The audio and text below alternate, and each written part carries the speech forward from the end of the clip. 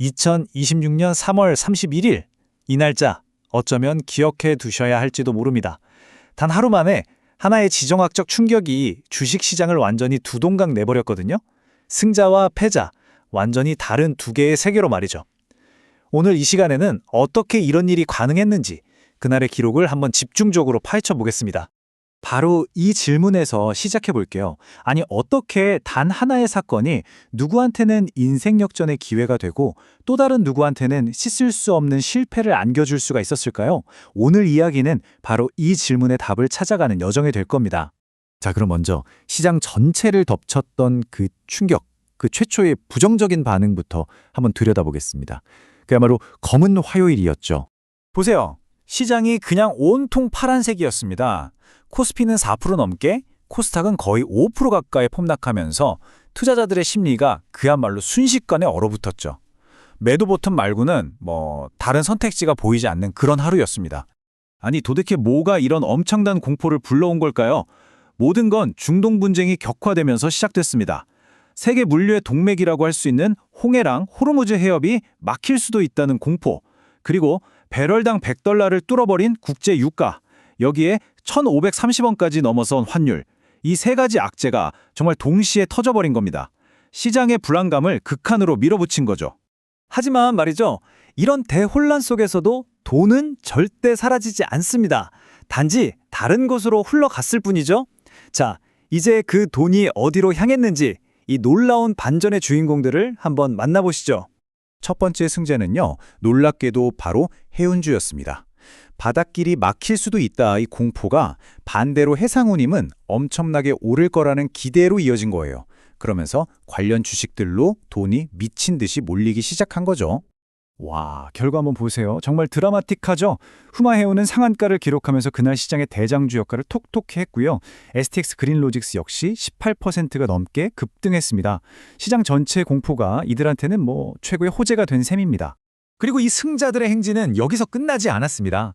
두 번째 물결은 비철금속이었어요. 분쟁 지역에 있는 주요 생산시설이 타격을 입었다는 소식이 딱 전해지니까 원자재 공급이 부족해질 거라는 우려가 주가를 그냥 위로 밀어 올려버렸습니다. 이 수치들 정말 놀랍지 않나요? 국제 알루미늄 가격이 2022년 이후 최고치를 경신했다는 소식에 조일알미늄하고 남선알미늄은 나란히 상한가에 거의 근접했고요. 리튬 관련주인 강원에너지도 26%나 급등했습니다. 그러니까 지수가 폭락하는 와중에 시장에서 빠져나온 그 거대한 돈들이 다 어디로 갔는지 이걸 보면 명확하게 보이는 거죠. 자, 유가가 이렇게 미친 듯이 치솟으면 사람들은 당연히 뭘 찾을까요? 네, 바로 대안이죠. 에너지 위기감이 커지니까 태양광, 풍력, 원자력 같은 대체 에너지 관련주들이 시장의 스포트라이트를 받기 시작했습니다. 이건 시장의 전반적인 하락세랑은 완전히 딴 세상 이야기였습니다. 에이전트 AI와 산미금속은 두 자릿수 상승률을 기록했고요. 원자력 관련주인 대융 같은 종목들도 아주 견조한 모습을 보였죠.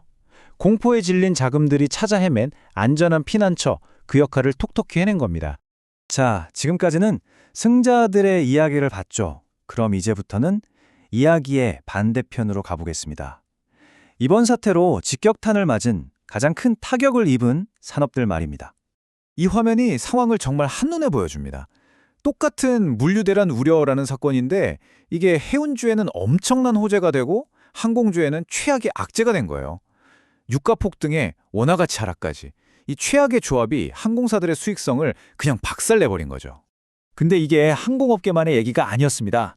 우리나라 경제 엔진이라고 할 수 있는 반도체, 그리고 자동차, 이들도 정말 혹독한 하루를 보내야만 했습니다. 이름만 들어도 다 아시는 우리나라 대표 기업들이죠. 하락률을 보세요. SK하이닉스는 7% 넘게, 삼성전자와 현대차도 5% 넘게 주저앉으면서 코스피 지수를 끌어내리는 주범이 됐습니다. 이런 거대한 대외 악재 앞에서는 이들도 어쩔 수가 없었던 거죠. 특히 항공업계의 고통은 정말 심각했습니다. 티웨이 항공은 하루에 무려 21% 넘게 폭락했죠. 근데 여기서 진짜 흥미로운 건 정유주들이에요. 보통 유가가 오르면 정유주도 같이 오르잖아요. 근데 이날 SOE라고 SK이노베이션은 오히려 하락했어요. 왜냐하면 원유 가격이 너무 비정상적으로 급등하니까 이거 제품 가격에 다 반영하지 못해서 오히려 마진이 줄어들 거라는 우려가 더 컸기 때문입니다. 한편 코스닥 시장의 공포는 좀 다른 곳에서 터져 나왔습니다. 특히 제약 바이오 섹터에서 정말 누구도 예상치 못했던 충격이 발생했죠. 마이너스 29.98%. 네, 바로 이 숫자입니다. 코스닥의 대형주인 삼천당 제약이 특별한 악재 공시가 있었던 것도 아닌데 하한가로 추락해버렸습니다. 이 단 하나의 사건이 제약 바이오 섹터 전체에 대한 불신으로 확 번지면서 걷잡을 수 없는 투매를 불러온 겁니다. 자, 좋습니다.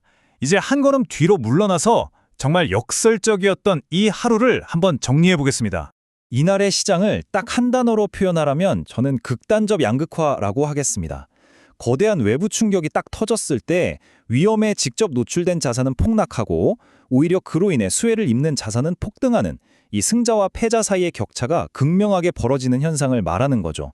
그렇다면 이 모든 현상 속에서 우리가 꼭 알아야 할 핵심, 가장 중요한 통찰은 대체 뭘까요? 핵심은 정말 간단합니다. 위기가 와도 돈은 결코 사라지지 않는다는 거예요. 그저 이동할 뿐입니다.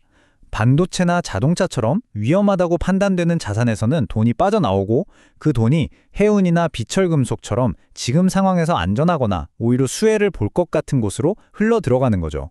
이 돈의 흐름을 읽는 것, 이게 바로 위기 속에서 기회를 포착하는 진짜 열쇠가 되는 겁니다. 오늘 이 이야기를 통해 우리는 하나의 위기가 모두에게 똑같이 다가오지 않는다는 걸 봤습니다. 자, 그럼 다음 충격파가 닥쳤을 때 여러분은 그걸 그저 피해야 할 리스크로만 보시겠습니까? 아니면 그 속에서 새로운 기회를 잡으시겠습니까? 오늘 얻은 통찰이 여러분의 판단에 큰 도움이 되기를 바랍니다.